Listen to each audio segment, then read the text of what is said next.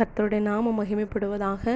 இந்த நாளிலும் கூட கர்த்தர் நமக்கு ஆயுஸ் நாட்கள் கூட்டி கொடுத்து சுகத்தையும் பலத்தையும் கொடுத்து நம்மளை பாதுகாத்து தேவன் தாமே இந்த நாளிலும் கூட அவரோட வார்த்தை கேட்க செய்திருக்கிற பெரிய கிருபைகளுக்காய் நன்மைகளுக்காய் கொடான கொடி நன்றி செலுத்துவோம்.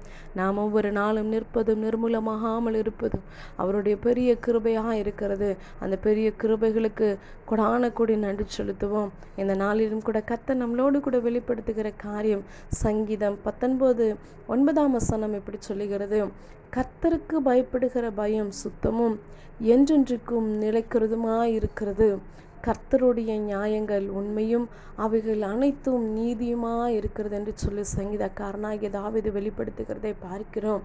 கர்த்தருடைய நியாயங்கள் உண்மையாக இருக்கிறது, அவைகள் அனைத்தையும் நீதியுமாய் இருக்கிறது. அவர் நீதி உள்ள தேவன், அவர் உண்மை உள்ளவர், அவர் சர்வ வல்லமை உள்ள தேவன், அவர் பாவத்தை பார்க்காத சுத்த கண்ணர், அவர் சேனைகளின் கர்த்தர், அவர் பரிசுத்தமுள்ள தெய்வமாய் இருக்கிறார். அவர் பரிசுத்தமுள்ள தெய்வத்திற்கு, அது உண்மையுள்ள தெய்வத்திற்கு, அந்த நீதி உள்ள நியாயாதிபதி ஆகிய இருக்கிற ஆண்டவராகிய இயேசு கிறிஸ்துவுக்கு முன்பதாய் நாம் பயப்படுகிற பயம் சுத்தமாக இருக்க வேண்டும் என்று சொல்லி என்றென்றைக்கும் அது நிலைநிற்கிறதுமாய் இருக்கிறது என்று சொல்லி பார்க்கிறோம். இந்த நாளிலும் கூட நண்பு சகோதரனே சகோதரியே, ஒருவேளை உங்களோட வியாதியை கண்டு பயந்து கொண்டிருக்கலாம். சரீரத்தில் உண்டாகிற வியாதிகளை குறித்து பலவீனங்களை குறித்து பயந்து கொண்டிருக்கலாம். குடும்ப சூழ்நிலைகளை குறித்து, போராட்டங்களை குறித்து, கடன் பிரச்சனைகளை குறித்து, எல்லா விதமான மனுஷர்கள் விரோதமாக எழும்புகிற காரியங்களை குறித்து ஒருவேளை பயந்து கொண்டு இருக்கலாம்.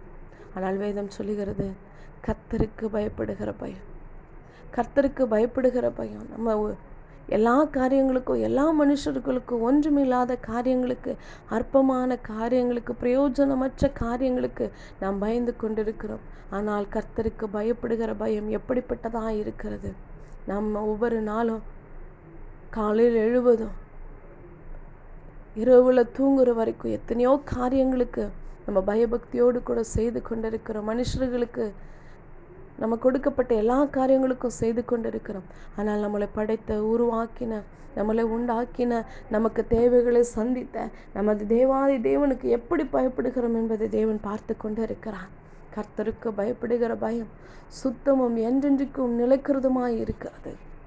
வேதத்தில் பார்க்கிறோம், ஆதாம் ஏவாளை தேவன் அவருடைய சாயலின் பிரகாரம் உருவாக்கி அவர்களுக்கு எல்லா விதமான காரியங்களும், சகல காரியங்களும் தேவன் உண்டாக்கி அவர்களை ஆளும்படியாய் தேவன் படைத்தார். ஆனாலும் தேவன் தோட்டத்தின் நடுவில் இருக்கிற விருட்சத்தின் கனியை குறித்து சொல்கிறாரு, இந்த நன்மை தீமை அறியத்தக்க கனியை நீங்கள் புசியாது திருப்பீர்களாக என்று சொல்லி, நீங்கள் சாகாதபடிக்கு அதை தொட வேணாம், அதை புசிக்க வேணாம் என்று சொன்னார். ஆனாலும் அந்த காரியங்களை சொன்ன பின்பு சத்ருவானவன் ஆதாம் ஏவாளை வகைத்தெடுகிறதை பார்க்கிறோம். இந்த கனியை நீங்கள் புசிக்கும் நாளில் தேவர்களைப் போல ஆவீர்கள் என்று சொல்லி அவர்களுக்கு ஆசையான காரியங்களை வெளிப்படுத்துகிறதை பார்க்கிறோம். இதோ அந்த கனியை தேவன் புசிக்க வேண்டாம் என்று சொன்ன கனியை, தேவனுடைய சத்தத்திற்கு செவி கொடுக்காதபடிக்கு, தேவனுடைய வார்த்தைக்கு பயப்படாதபடிக்கு, வேறு மனுஷனாய் இருக்கிற பொல்லாத சத்துருவினுடைய சத்தத்திற்கு செவி கொடுத்தது நிமித்தமாய், அந்த ஆசையான காரியங்களுக்கு செவி கொடுத்தது நிமித்தமாய், இதோ அந்த ஆசை அவர்கள் கண்களை மூடினது. அவர்கள் அந்த கனியை புசித்தது நிமித்தமாய் அவர்களுக்குள்ள பாவம் வெளிப்பட்டது என்று சொல்லி பார்க்கிறோம்.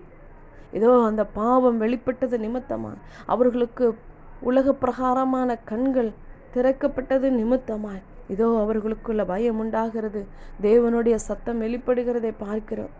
தேவன் வெளிப்பட்டு தேவனாகிய கர்த்தர் ஆதாமை கூப்பிடுகிறார், நீ எங்கே இருக்கிறார் என்று கூப்பிடுகிறார். ஆனாலும் ஆதாமுக்கும் ஏவாளுக்கும் தேவனுடைய வார்த்தைக்கு கீழ்ப்படியாததுனால, அந்த சத்தத்திற்கு கீழ்ப்படியாததுனால, வேறு சத்தத்திற்கு செவி கொடுத்து தேவன் சாப்பிட வேணான்னு சொன்ன கனியை புசித்தது நிமித்தமாய் அவர்களுக்குள்ள பயம் உண்டாயிற்று.